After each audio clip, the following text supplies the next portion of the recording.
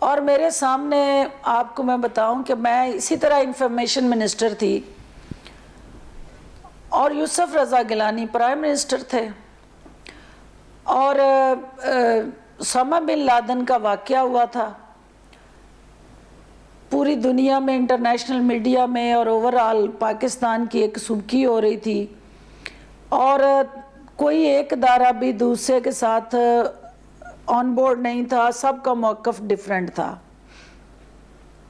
ایسی صورتحال میں یوسف رضا گیلانی صاحب نے آستینے چڑھا کے اس وقت کی پارلیمنٹ میں تقریر کی، اور جب وہ آستینے چڑھا کے تقریر کر رہے تھے نا، تو میرے ساتھ بٹی تھے ہمارے وہ منسٹر مائنورٹیز، میں نے ان کے کان میں کہا انا للہ و انا الیہ راجعون۔ انہوں نے مجھے کہا کیا مطلب؟ میں نے کہا آج انہوں نے اپنے تابوت میں کیل ٹھوک دیا، کیونکہ جو پرائم منسٹر ہوتا ہے وہ کسٹوڈین ہوتا ہے ان تمام رازوں کا، نیشنل انٹرسٹ کا، انٹرنیشنل جو اس کی پوزیشن ہوتی ہے، وہ کوئی فرد واحد نہیں ہوتا، وہ ایک ایسا انسٹیٹیوشن ہوتا ہے جو چلتا پھرتا پاکستان کے انٹرسٹ کا محافظ ہوتا ہے۔ اور جو پرائم منسٹر اپنی ذات کو سپریم کر کے نیشنل کاز کو ملائن کر دیتا ہے، وہ کوئی بھی ہو، وہ پرائم منسٹر کی کرسی تک نہیں پہنچ سکتا۔ تو میں نے جب انہیں یہ لفظ کہے تو اس وقت انہیں سمجھ نہیں آئی تھی بٹی صاحب کو، جب وہ سپریم کورٹ سے ڈسکوالیفائی ہوئے، نااہل ہوئے، اور اس کے بعد مجھے ملے تو انہوں نے کہا کہ مجھے آج سمجھ آئی ہے کہ آپ نے انا للہ و انا الیہ راجعون کیوں پڑھا تھا۔ آپ نے عمران خان کو سمجھایا، آپ نے، میں یہاں پہ روکوں گا، میں پرانا تو یہ اسٹیٹمنٹ آپ کی موجود ہے ماشاءاللہ، آپ نے بہت ساری، لیکن کیا عمران خان جب فوج کے اوپر انہوں نے اٹیک کیا اور اپنے ٹرولر کے ذریعے اٹیک کیا اور پورا کا پورا بیانیہ ان کا تبدیل ہو کر ادارے کو کمزور کرنے اور ادارے کے خلاف ہوا، تو آپ ان کے ساتھ اس وقت موجود، آپ نے ساتھ تو چھوڑا، لیکن کیا اس سے پہلے انہیں سمجھانے کی آپ نے کوشش کی؟ مختصر اس پہ ذرا بتائیے گا تاکہ میں اہم سوالات آپ سے اور کر سکوں۔ بات یہ ہے ڈاکٹر صاحب کہ میرا as a P M prime minister جو تھا اس عہدے سے ہٹانے کی وجہ یہی بنی تھی کہ میں اداروں کے درمیان ایک پل کا کردار ادا کرنا چاہتی تھی۔ I S P R, G H Q اور پرائم منسٹر آفس جو ہے وہ اس گورنمنٹ کے، کوئی بھی حکومت ہو، اس کے امپورٹنٹ سٹرکچر ہوتے ہیں، پلر ہوتے ہیں، اور ان میں سے کوئی ایک بھی پلر ذرا سا ہلتا یا لرزتا ہے تو پوری حکومت جو ہے وہ شکنجے میں آتی ہے۔ ہمارے ہاں جو وہاں بیٹھے کہہ لیں نومولود سیاسی بچے تھے جو ابھی اپنی سیاسی بلوغت کو بھی نہیں پہنچے تھے، خان صاحب ان کے ساتھ مل کے جو بیانیہ بناتے تھے اور جس میں ہماری بہن شیریں مزاری صاحبہ سر فہرست ہوتی تھی، وہ کسی طرح بھی ہمارے نیشنل انٹرسٹ کے ساتھ میچ نہیں کرتا تھا، کیونکہ نیشنل سیکیورٹی اپریٹس کچھ کہہ رہا ہوتا تھا اور ہماری پولیٹیکل لیڈرشپ کچھ اور کہہ رہی ہوتی تھی۔ کون لوگ تھے سر؟ کون سے ایڈوائزر تھے؟ اور وہ لا علمی میں کہہ رہی ہوتی تھی، لا علمی میں کہہ رہی ہوتی تھی، کون سے ایڈوائزر تھے سر؟ شیریں مزاری اکیلے تو نہیں تھی نا، اور بھی ایڈوائزر تھے، آپ بتانا چاہیں گے کہ کون سے ایسے جنہوں نے تباہی دی ہے؟ جتنے بھی ان کا فرسٹ ٹائمر تھے، اکثریت فرسٹ ٹائمر تھی ان میں، جنہوں نے حکومتی سٹرکچر کو نہ کبھی دیکھا، نہ ان کا چین آف کمانڈ سے کوئی واقفیت تھی، اسد عمر تھے، اسد عمر تھے، زلفی بخاری تھے، اسد عمر تھے، شہزاد اکبر تھے، فواد چودھری، یہ فرسٹ ٹائمر تھے نا، اسد عمر فرسٹ ٹائمر تھے، زلفی بخاری فرسٹ ٹائمر تھے، آپ کے علی زادی فرسٹ ٹائمر تھے، آپ کے مراد سعید سب سے بڑے خودکش حملہ آور تھے جو اس سارے سسٹم کو لپیٹنا چاہتے تھے، اور اینڈ میں وہ کامیاب ہو گیا، سارے سسٹم کو لپیٹ دیا اس نے۔ لیکن آپ یہ نہیں مانیں گی کہ لیگل پوزیشن پہ بابر اعوان جیسے لوگ نے بھی عمران خان کو کافی نقصان پہنچایا ہے، یا اور جو دوسرے سیکنڈ ٹائمر تھے جو شہزاد اکبر سب سے سر فہرست ہے، فواد چودھری ہیں آپ کے، وہ انہوں نے نقصان نہیں شہباز گل کدھر ہے آج کل؟ شہزاد میں پہلے ذرا فواد چودھری پہ آ جاؤں. فواد چودھری ہیں، شیخ رشید ہیں، کیا ان لوگوں نے نقصان نہیں پہنچایا؟ دیکھیں، جو لوگ سیاست کا تجربہ رکھتے ہیں اور گراس روٹ لیول پہ نیچے ہک اپ ہوتے ہیں، اپنے عوام کی پلس کو دیکھتے ہیں، وہ اس طرح سے سٹینڈ اور موقف نہیں لیتے کہ ٹوٹل 180 ڈگری پہ روٹیٹ ہو جائیں. ان کا کہیں نہ کہیں رول ہوتا ہے، لیکن ساتھ ساتھ نیگیٹیوٹی جو ہے اس وقت پرویل کرتی ہے جب پوزیٹیوٹی جو ہے بالکل ہی مائنس میں چلی جائے.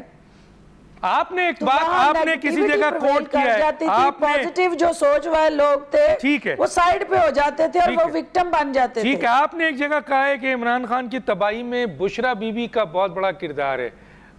اس کو تھوڑا سا آپ ہمیں بتانا چاہیں گی کہ کس طریقے سے آپ نے یہ سٹیٹمنٹ دی ہے؟ دیکھیں، بات یہ ہے کہ سب کو پتہ ہے، پی ٹی آئی کے اندر بچے کو پتہ ہے، لیکن یہ کہنے کی جرت اور ہمت کسی کی ہے. ان کی پیٹھ کے پیچھے کان پھرسی کر کے ایک دوسرے کے ساتھ ہر بندہ اپنا دل ہلکا کرتا ہے کہ ہمیں یہاں تک پہنچانے میں ان کا ہی کردار ہے. لیکن کوئی مصلحت کے تحت، کوئی ڈر کی وجہ سے کسی کو خوف ہوگا، کسی کو کوئی نہ کوئی اپنا کوئی ذاتی لالچ ہوگا، لیکن اس لیے وہ اوائڈ کرتے ہیں، آپس میں کہتے ہیں لیکن پبلکلی نہیں کہتے. تو مجھے اللہ نے یہ جرت اور ہمت دی ہے کہ میں پبلکلی سچ بول سکتی ہوں، اور یہ حقیقت ہے کہ پورے کے پورے سٹرکچر کو آج زمین بوس کرنے میں بشرا بی بی جو ہے وہ ایک ایسا سسٹم کے اندر انہوں نے کہہ لیں تازیانے کا کردار ادا کیا کہ وہ ان کے اس تازیانے سے پی ٹی آئی کا سارا سٹرکچر زمین بوس ہو گیا. اتنی طاقت کہاں سے آ گئی؟ کیونکہ یہ جو لوگ تھے پی ٹی آئی کے ساتھ ہمارے، اتنی طاقت بشرا بی بی میں سٹینڈ نہیں لیتے تھے. وہ تو ایک گھریلو خاتون تھی. عمران خان آج بھی کہتے ہیں وہ گھریلو خاتون ہیں. تو کیا آپ جو کہہ رہی ہیں کہ وہ ایک لحاظ سے ڈیفیکٹو پرائم منسٹر تھیں، اور ان کے اندر یہ طاقت کیسے آ گئی؟ یہ مثلا یہ سلسلہ کیسے ہو گیا؟ یہ سوال پوچھنے سے پہلے اگر آپ یہ سوال پی ٹی آئی کے ہمارے کسی کور گروپ سے یہ پوچھیں کہ بھئی وہ طاقت کون سی تھی جو ان کو عمران خان صاحب کے ساتھ ان کا عقد ہوا، پھر وہ طاقت کون سی تھی جس میں اوورآل جو ہے انہوں نے ان کو اس طرح سے ہیپنیٹائز، میسمرائز اور میگنیٹائز کر دیا کہ سب کے ساتھ کنسلٹیشن کے بعد جو فیصلہ ہو جاتا تو اس فیصلے کو ایک فرد کو اختیار تھا کہ وہ ریورس اور ریورٹ کرتا. وہ بشرا بی بی تھی تو وہ طاقتور شخص ہی ایسا کر سکتا ہے نا. بزدار صاحب کو ہٹانے کے لیے کئی سیاسی ان کے قریبی ساتھیوں نے بھی کہا، سابق آرمی چیف نے بھی کہا. کیا وجوہات تھی کہ بزدار صاحب کو عمران خان کسی بھی صورت میں ہٹانا نہیں چاہتے تھے؟ کیا اس کی وجوہات بھی بشرا بی بی تھی؟ ڈاکٹر صاحب، اسٹیبلشمنٹ کا بھی یہی جرم ہے، جہانگیر ترین کا بھی یہی جرم ہے، علیم خان کا بھی یہی جرم ہے، جس شخص نے، اور ڈاکٹر فردوس کا بھی یہی جرم ہے، جس نے عثمان بزدار کے حوالے سے انہیں حقائق بتانے کی کوشش کی، خان صاحب اس سے ناراض ہوئے. جس بندے نے جا کے اس کی تعریفیں کی، اس کے قصیدے پڑھے، اور خان صاحب کے وہ دل کے قریب ہوتا گیا. یہ اب جو مزری ہے، یہ سمجھنے کے لیے آپ کو کئی صدیاں چاہیے کہ ایسی کون سی گدڑ سنگھی تھی عثمان بزدار کے پاس کہ خان صاحب جو ہے وہ بزدار کے لیے آخری حد تک چلے جاتے تھے، اور انہوں نے ہر وہ موسم جو ہے اس کو ناراض کیا، لیکن اس کہہ لیں مصیبت جو پی ٹی آئی پہ نازل ہوئی تھی اس کو وہاں سے نہیں ہٹایا. جب ہٹایا تو اس وقت بہت دیر ہو چکی تھی. تو یہ بزدار کا اوپر کون بیٹھا ہوا تھا؟ کون اس کو سپورٹ کر رہا تھا؟ اتنا پاورفل بزدار کیسے ہو گئے تھے؟ یہ تو آپ ہمیں بتائیں نا. یہ طوطا فال تھا. طوطا فال، آپ اس طوطے کو ڈھونڈے جو فال نکال کے ان کا نام لے کے آیا تھا. کون لایا تھا؟ آپ کو پتہ ہی ہے. ضروری ہے کہ میں ایک ایسی جو کیبنٹ کے نام فائنل کرنے والا طوطا تھا کہ کس کو کیبنٹ میں ہونا چاہیے، کس کو باہر ہونا چاہیے، اور کس وقت کون سے آفیسر کی اپائنٹمنٹ ہونی چاہیے، کتنے دن گیپ رہنا چاہیے، کب خان صاحب کو پہاڑوں میں ہونا چاہیے، کب سمندر کے قریب چلے جانا چاہیے، کب دریاؤں کے قریب رہنا چاہیے، کب جو ہے وہ گھر سے باہر بیٹھنا چاہیے، کب لان کے اندر بیٹھنا چاہیے، کب باہر بیٹھنا چاہیے. تو یہ ساری ہدایات جو ہیں وہ آپ اور میں تو نہیں دے سکتے. تو کون دے رہا تھا؟ جس کا ان پہ کمانڈ اینڈ کنٹرول تھا. مثلاً کئی لوگوں کا نام آتا ہے اور لیکن ہر ہوم منسٹر جو ہوتا ہے، ہر گھر میں ایک ہوم منسٹر ہوتا ہے اور اس کا کمانڈ اینڈ کنٹرول ہوتا ہے. اچھا، نام لینے میں کیا ہے؟ آپ ہمیں بتا دیں طوطا کون ہے، کنٹرول کمانڈ اینڈ کنٹرول کون ہے؟ آپ کو پتہ ہے خان صاحب کا command and control centre home minister جو ہے وہ بشرا بی بی تھی. اچھا، تو یہ سارا کام کنٹرول ان کا تھا. اچھا، وہ گھریلو خاتون تھی، اتنے سیاسی معاملات میں کیسے الجھ گئیں؟ دیکھیے، گھریلو خاتون ندیم ملک کو انٹرویو دیتی ہیں. سب سے پہلا انٹرویو انہوں نے کہاں دیا تھا؟ تے شادی کے فوری بعد. جی، ندیم ملک کو. جی، اور کتنی گھریلو خواتین ہیں جن کے اندر یہ ہوتی ہے خواہش کہ وہ ٹی وی پہ آئیں اور کیمرے کو فیس کریں. اور خان صاحب نے اگر ناگواری کا اظہار نہ کیا ہوتا اور ناراضگی کا اظہار نہ کرتے تو یہ روز کا سلسلہ ہوتا. اچھا، مجھے یہ بتائیں کہ ان کے اوپر تو بہت سارے کیسز آ گئے ہیں. القادر ٹرسٹ کا بھی کیس ہے، توشہ خانہ کا بھی ہے، ہیروں کے حوالے سے بھی ہے، اور زمینوں کے حوالے سے بھی بشرا بی بی پہ کیسز آ رہے ہیں. آپ کیا کہیں گے اس کے اوپر؟ دیکھیں، بدقسمتی ہے کہ یہ بشرا بی بی پہ کیسز نہیں ہیں. آپ سمجھے کہ یہ بن کے 25 کروڑ عوام کا جو مستقبل ہے وہ تاریک ہوا ہے. ان لوگوں کی امید ٹوٹی ہے، لوگوں کو جنہوں نے عمران خان صاحب کے ساتھ ایک صادق اور امین کا ٹائٹل لگا کے ان کی اس طرح سے آس اور امید باندھ کے ایک سپورٹ اور فیسیلیٹیشن کی تھی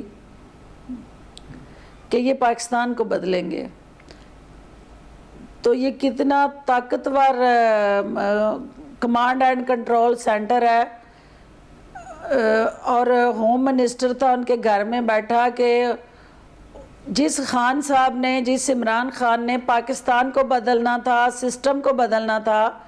انہوں نے اتنی مہارت سے عمران خان کو ہی بدل دیا. اور وہ عمران خان آج جو ہے وہ بشرا بیبی کے کیسز کی وضاحتیں دیتے پھر رہے ہیں، اور عثمان بزدار کے وہ وکیل بن کے اس کی کرپشن کا دفاع کرتے ہیں. تو یہ پاکستان کے 25 کروڑ عوام کے لیے اس سے بڑی دکھ کی اور کیا بات ہوگی، جنرل اس سے ندیم، بڑی اور تکلیف دہ کیا بات ہوگی. آپ اس وقت موجود تھی میرا خیال ہے. جنرل ندیم انجم صاحب کی اپوائنٹمنٹ کے حوالے سے آئی ایس پی آر نے جو ہے وہ انفارمیشن دے دی، اور پاکستان کی تاریخ میں ایسا نہیں ہوا کہ اناؤنس ہونے کے بعد بھی عمران خان نوٹیفائی نہیں کر رہے تھے. اس کی کیا وجوہات تھی، کیا بیک گراؤنڈ تھا؟ دیکھیے، اس سے بھی پہلے جب آپ اس وقت کار کے اور ریکوڈیک کے جو 2 کیسز تھے انٹرنیشنل کورٹ میں پاکستان کے لگے ہوئے تھے، اور اس وقت وہ ایک لائے عمل حکمت عملی اور ایک پاکستان کے انٹرسٹ میں ان کیسز کو انٹرنیشنل کورٹس میں ڈیفینڈ کرنے کی اسٹریٹجی بنا رہے تھے، اور ایک ایسے وقت میں ان کو ہٹایا گیا جس سے پاکستان کے لیے چیلنجز بڑھے، کیونکہ جب آپ کرائسس میں ہوتے ہیں، حالت جنگ میں ہوتے ہیں، ہم اکنامک فرنٹ پہ حالت جنگ میں تھے، ہمارے پاس اتنے ارب ڈالر نہیں تھے کہ ہم انٹرنیشنل کورٹس میں پے کرتے، تو وہاں پھر کمانڈر نہیں بدلا جاتا، حالت جنگ میں آپ کمانڈر نہیں بدلتے، اس سے ملک کا نقصان ہوا۔ اور پھر آگے جو دوسرا قدم اٹھایا کہ ایک چین آف کمانڈ ہے، ایک انسٹیٹیوشن ہے، اس انسٹیٹیوشن نے جب کاکول میں اس کیڈٹ نے بھرتی ہونا ہے، وہاں سے لے کے ایک جرنیل بننے تک کے جو کریڈینشلز ہیں وہ اس انسٹیٹیوشن کے پاس ایک امانت کے طور پہ ہوتے ہیں۔ اپنے ہر آفیسر کا پلس اور نیگیٹو دونوں اس انسٹیٹیوشن کے پاس ایک اسٹرینتھ اور ویکنس دونوں صورتوں میں موجود ہوتے ہیں، اور آپ اس انسٹیٹیوشن کے دائرہ اختیار میں جا کے ڈکٹیٹ کریں گے، اور آپ کو نہیں پتا کہ ان کی جو 30 ایئرز کی سروس ہے کس آفیسر کی کس طرح کی کریڈیبلٹی ہے، یا کس آفیسر کا کتنا رول ہے اور اس کے اندر پوٹینشل کیا ہے، اور کون سا شخص کس جگہ کے لیے موزوں ہے۔ یہ انسٹیٹیوشن ڈیسائیڈ کرتا ہے right person for the right job. تو آپ جب ڈکٹیٹ کریں گے اور آپ پھر جگ ہسائی کریں گے اپنے اس ادارے کی، کیونکہ وہ D G I S I appoint نہیں ہو رہا ہوتا، پوری دنیا کی جو انٹیلیجنس ایجنسیز ہیں ان کی نظر ہوتی ہے اس شخصیت پہ، اور وہ پوری دنیا کے لیے ایک رول ماڈل ہوتا ہے، ہمارا آئی ایس آئی کا جو چیف ہوتا ہے،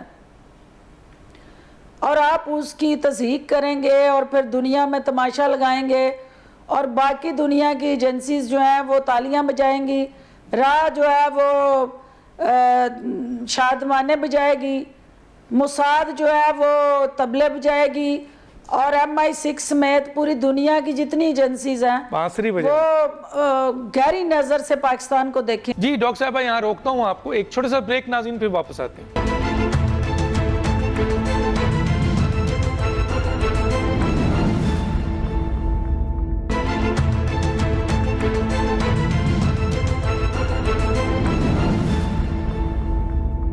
ویلکم بیک۔ جی اب یہ مجھے بتائیں کہ عمران خان کے بارے میں بڑے سنگین ایلیگیشنز ہیں، اور اس کے اوپر باہر کے جو آپ کے کراسپونڈنٹ ہیں انہوں نے بھی لکھا ہے کہ اربوں روپے گولڈ اسمتھ صاحب کی طرف سے آیا ہے۔ اس میں ڈاکٹر اسرار احمد صاحب کی بھی سٹیٹمنٹ ہے، حکیم سعید صاحب کی کتاب بھی ہے، انعام اللہ نیازی صاحب نے بھی اینا بیل اور گولڈ اسمتھ کے حوالے سے بتایا ہے۔ عمران خان کے جلسے جلوس اور ان کی یہ ساری کی چیزوں کے، اور یہ جو آپ کے جو انہوں نے میڈیا سیل پہ کہا جاتا ہے کہ اربوں کی فنڈنگ ہوئی ہے، تو کیونکہ آپ بھی بہت قریب رہی ہیں، تو کیا آپ اس چیز کو انکلوڈ کریں گی کہ عمران خان ایک فورن ایجنڈے میں تھے اور یہ لوگ ان کو بھاری فنڈنگ کر رہے تھے؟ دیکھیں یہ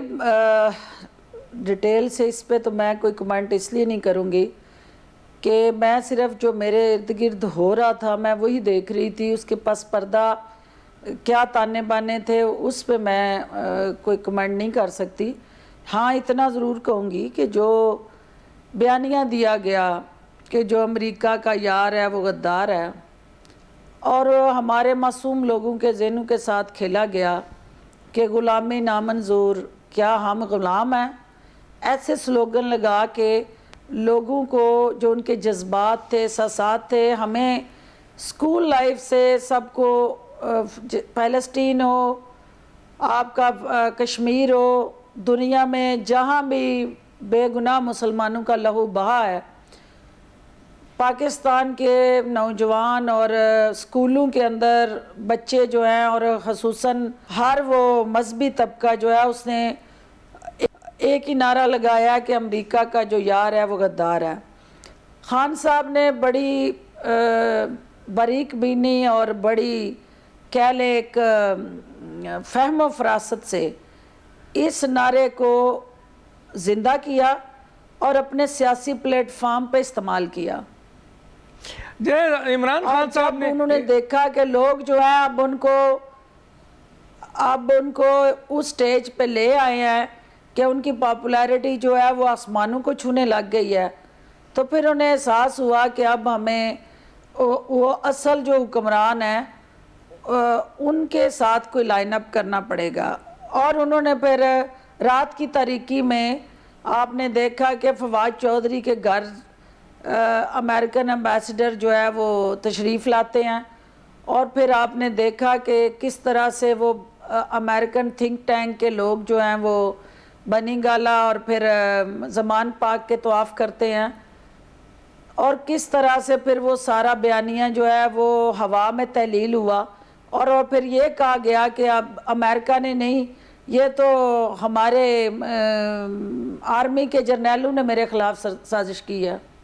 اچھا سر یہ بتائیے کہ کیا یہاں پر میں ایک اور چیز پوچھنا چاہوں گا آپ ہی کے سوال سے، اس کا کوئی اینڈ نہیں ہے۔ یہاں پر ایک سوال پوچھنا چاہوں گا جس کا آپ نے کہا کہ مجھے علم نہیں ہے، لیکن کم از کم آپ بہت باشعور ہیں اور پاکستان کی سیاست کو اور پاکستان کے اندر کے معاملات کو بھی بہت قریب سے جانتی ہیں کیونکہ آپ بہت اہم پوسٹ پہ رہی ہیں۔ مجھے یہ بتائیے کہ سارے پاکستان کے اینٹی گروپ کرسٹینا لیم ہوں یا کریگ مرے ہوں یا شرمین سینیٹرز ہو یا ظلم خلیل ہو، وہ سب کے سب جو اینٹی پاکستان ہیں وہ عمران خان کو آؤٹ آف وے سپورٹ کرتے ہیں، یہ کیا بات ہے؟ دیکھیں جتنی بھی انٹرنیشنل فورسز ہیں جو پاکستان کو ڈی سٹیبلائز کر کے پاکستان کے اندر پولیٹیکل انسٹیبلٹی اور انسرٹینٹی ان کو بینیفٹ دیتی ہے، اور خان صاحب کا جو رویہ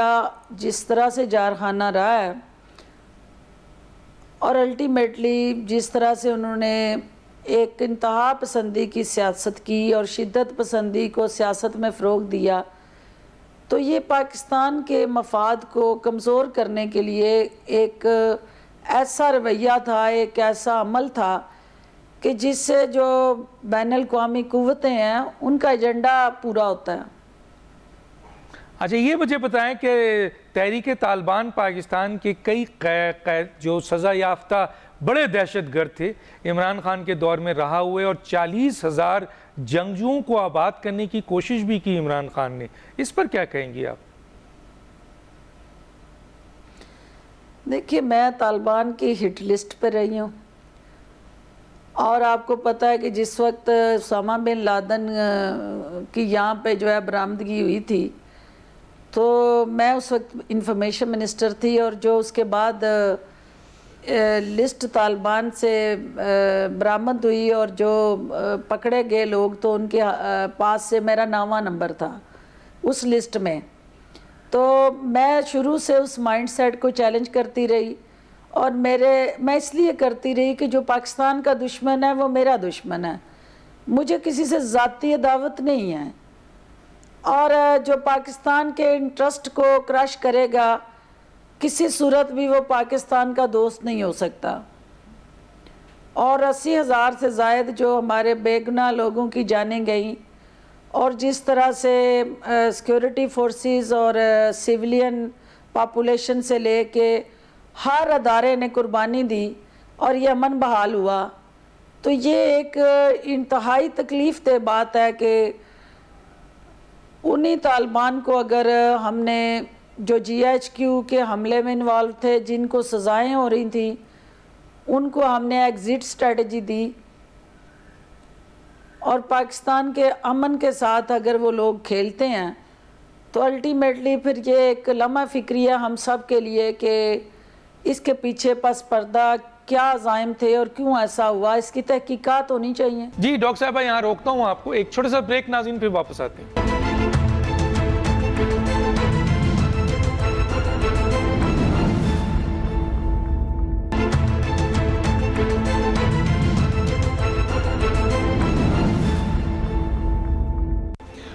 ویلکم بیک جی ڈاکٹر صاحبہ. ہم نے سنا ہے, اور یہ سنا نہیں ہے, حقیقت ہے کہ وہ مسلم ممالک جہاں پر فوج کمزور ہوئی تو وہ تباہ ہو گئے. وہ ممالک یا تو معاشی طور پر تباہ کیا گیا تو وہ ملک تباہ ہوا, یا فوجی طور پر عوام سے فوج کو لڑایا گیا اور فوج کمزور ہوئی تو تباہ ہوا ہے. ہم نے عمران خان کے ہاتھوں پہ یہ دونوں نشانات دیکھے ہیں, ایک تو معاشی تباہی اور دوسرا فوج کے خلاف جو نفرت انہوں نے عوام میں ڈالی, نوجوانوں میں ڈالی.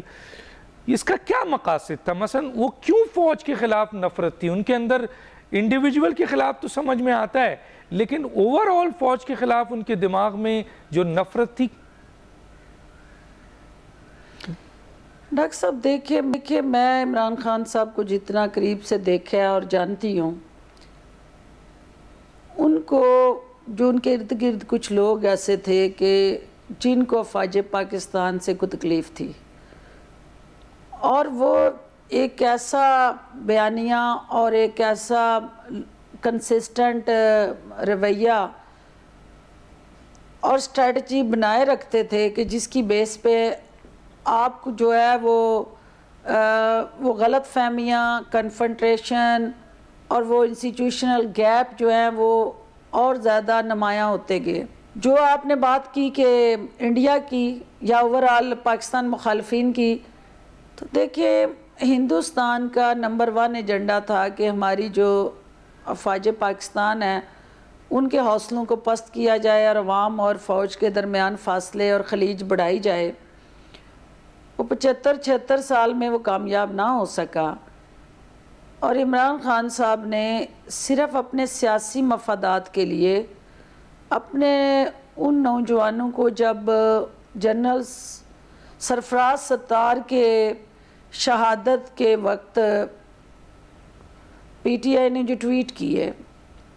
اور لاکھوں ٹویٹ انہوں نے ایک رات میں کروائے, جس سے پاک فوج کا جو رینکنگ اور ریٹنگ تھی انٹرنیشنلی وہ گری. اور اس طرح سے ادارہ جو ہے آئی ایس پی آر اور اس کے ساتھ جڑا سارا سٹرکچر جو ہے وہ کمزور کرنے کے لیے وہ تمام جو تانے بانے تھے وہ پی ٹی آئی کے گھر سے جڑے ہوئے تھے. اور بدقسمتی یہ تھی کہ ہم یہ بھول گئے کہ پاکستان کی افواج, قومی سلامتی کے ادارے اور پاکستان کے عوام یہ ایک ہی سکے کے رخ ہے, اور ان کو آپ علیحدہ نہیں کر سکتے. اور یہ وقتی طور پہ آپ گمراہ تو کر سکتے ہیں ان نوجوانوں کو جو ٹین ایجر ہیں, جن کو نیشنل انٹرسٹ سے ابھی کوئی اورینٹیشن نہیں ہے, جو اپنے والدین کی جیب پہ پلتے ہیں, جن کو معاشی محاذ پہ کوئی چیلنجز نہیں ہیں.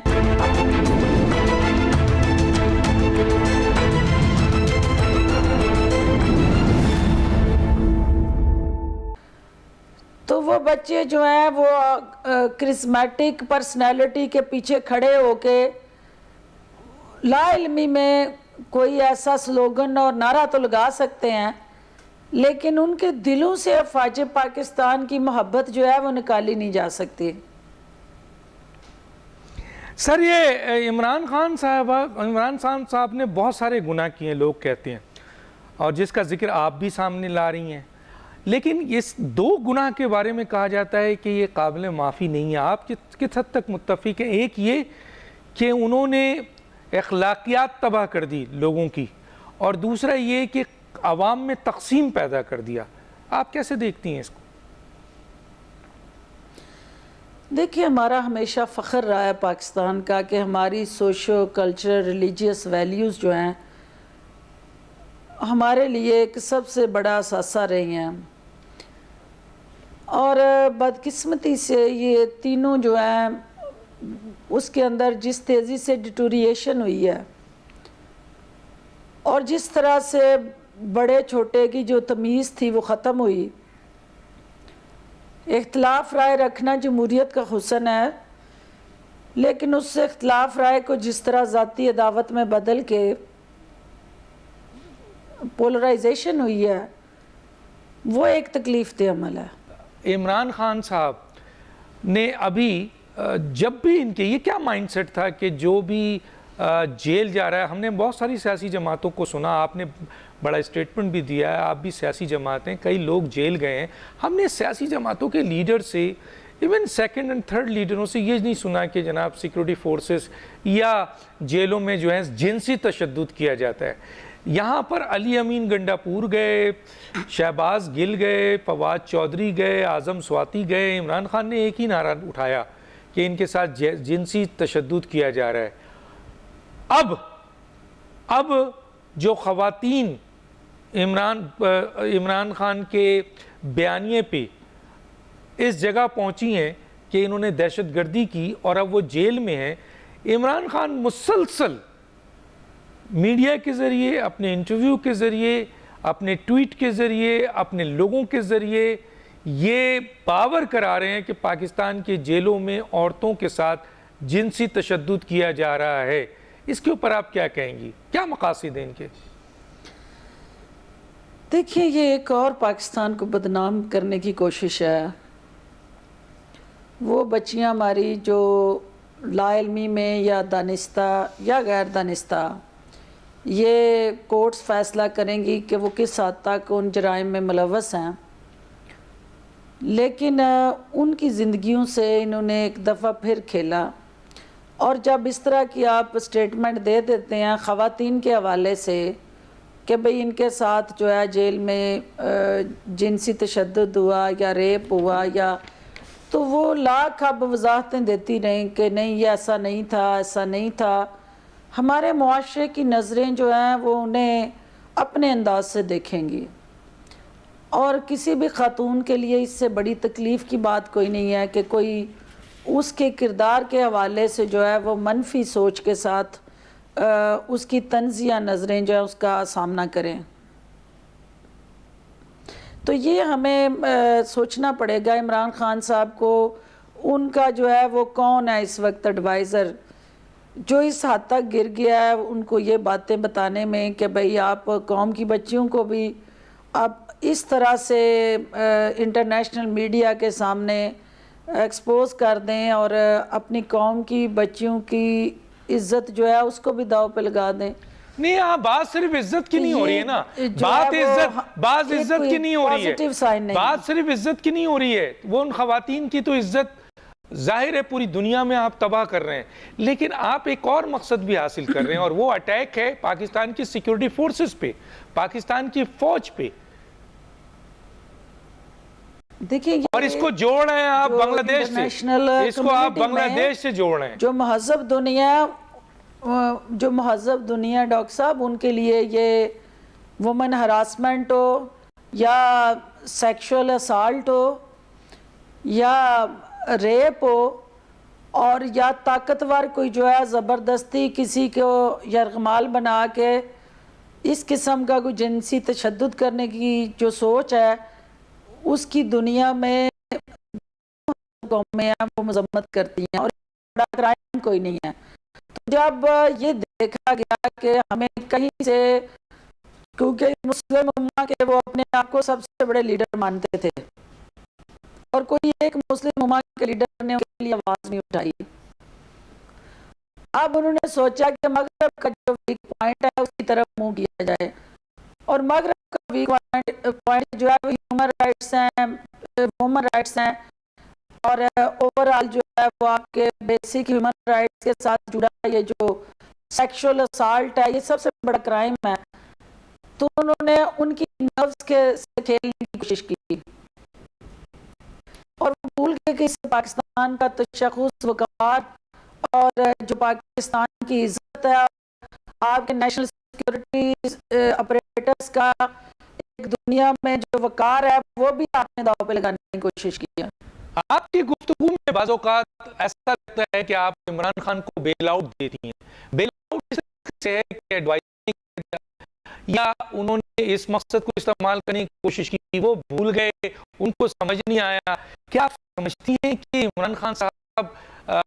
کی کوئی سمجھ نہیں ہے، ان کا کوئی سوچ نہیں ہے، یا ان کو کوئی عقل نہیں ہے، ان کو استعمال کیا جا رہا ہے، یا آپ سمجھتی ہیں کہ عمران خان ایک منظم ایجنڈے کے تحت یہ سب کچھ کر رہے ہیں؟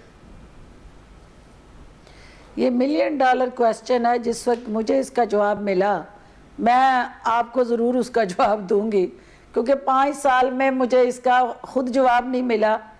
کبھی میں سمجھتی رہی کہ یہ انوسینٹ ہے، ان کو پتہ نہیں ہے. کبھی میں سمجھتی رہی کہ یہ اس لیے ایسا کر رہے ہیں کہ یہ نا تجربہ کار ہے.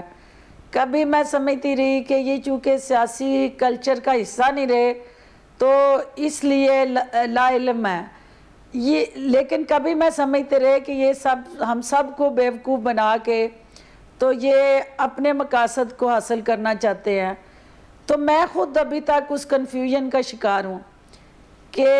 اصل عمران خان ہے کیا، اور جب تک اس کا مجھے جواب نہیں ملے گا میں آپ کو کیسے جواب دے سکتی ہوں. چلیں جی، یہ تو اس کا مطلب ہے بہت بڑا کام ہے. خیر ایک اور بہت امپورٹنٹ کویشچن ہے، وہ اس کا جواب دیجئے، اور وہ یہ ہے کہ کہا یہ جا رہا ہے کہ عمران خان صاحب کو کچھ قوتیں کہتی ہیں ملک سے باہر ان کو بھیج دیا جائے. عمران خان صاحب کے حوالے سے یہاں پہ جو ڈسکشنز ہیں میڈیا میں کہ عمران خان اور پنکی پیرنی ملک سے باہر جانا چاہتے ہیں.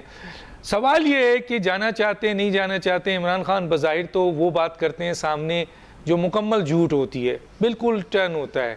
اور ان کی تمام بات آج تک آپ بھی جانتی ہیں، ہم بھی جانتے ہیں، پوری دنیا دیکھ رہی ہے کہ ان پہ اعتبار نہیں کیا جا سکتا. بہرحال کیا آپ سمجھتی ہیں کہ ایسے موقع پہ عمران خان صاحب جو اس وقت ملک کے خلاف ملک میں بیٹھ کر شدید قسم کا پاکستان کے اداروں پہ، پاکستان کے فوج پہ، پاکستان کے سپہ سالار پہ میڈیا کے ذریعے ٹرولنگ کر رہے ہیں، غیر ملکیوں کو میڈیا کو استعمال کر رہے ہیں، پاکستان کی قومی سلامتی کا اسٹیٹمنٹ دے رہے ہیں، وہ ایک طریقے سے پاکستان کے وزیر اعظم بھی رہ چکے ہیں، کیا ان کو ملک سے باہر جانے کی اجازت ملنا چاہیے یا ملک میں ان کے خلاف قانونی کارروائی ہونی چاہیے؟ دیکھیے انہوں نے تو ہمیشہ یہ کہا ہے کہ میں نے اس ملک کے ساتھ جینا ہے اور اسی ملک میں آپ نے اعتبار کر لیا اور میں اپنے عوام کے ساتھ کھڑا رہوں گا. تو اب جو ہے وہ یہی کہتے ہیں نا کہ نادان گر گیا سجدے میں جب وقت قیام آیا. تو اب تو وقت قیام کا ہے لمحہ، تو انہیں کھڑا ہونا چاہیے. وہ کیوں جانا چاہتے ہیں باہر، اور انہیں فیس کرنا چاہیے، اور پاکستان کے آئین اور قانون پہ عمل ہونا چاہیے، اور کسی مسلط کے بغیر رول آف لا جس کے لیے وہ کہتے تھے کہ قانون سب کے لیے یکساں ہونا چاہیے، تو اس قانون کا اطلاق سب پہ یکساں ہونا چاہیے. میں آپ سے پوچھ رہا ہوں کہ یہ بتائیے کہ کیا عمران خان اگر پنکی پیرنی ملک سے باہر جانا چاہیں تو آپ سمجھتی ہیں کہ انہیں اجازت دی جائے یا نہیں دی جائے؟ پہلی بات تو یہ ہے کہ میں تو اتھارٹی نہیں ہوں. اگر ہوں میری خواہشات تو ہو سکتی ہیں کہ بھئی یہاں پہ جب رول آف لا کی جدوجہد ہم کر رہے تھے تو رول آف لا میں تو نہیں جانا چاہیے، مثلا نہیں جانا چاہیے. ڈاکٹر فردوس عاشق خاوان صاحبہ کسی اور اسٹیج پہ، کیونکہ کافی سوالات اور بھی ہیں آپ سے، بہت سی چیزیں ہیں، لیکن وقت کیونکہ ختم ہوا چاہتا ہے. ڈاکٹر فردوس عاشق خاوان صاحبہ ہمارے ساتھ تھیں، بہت سارے سوالات تھے اور بھی کرنے تھے، کسی اور اسٹیج پہ بات کریں گے. ڈاکٹر صاحبہ بہت شکریہ. ڈاکٹر دانش کو یاد دیجیے. اللہ حافظ.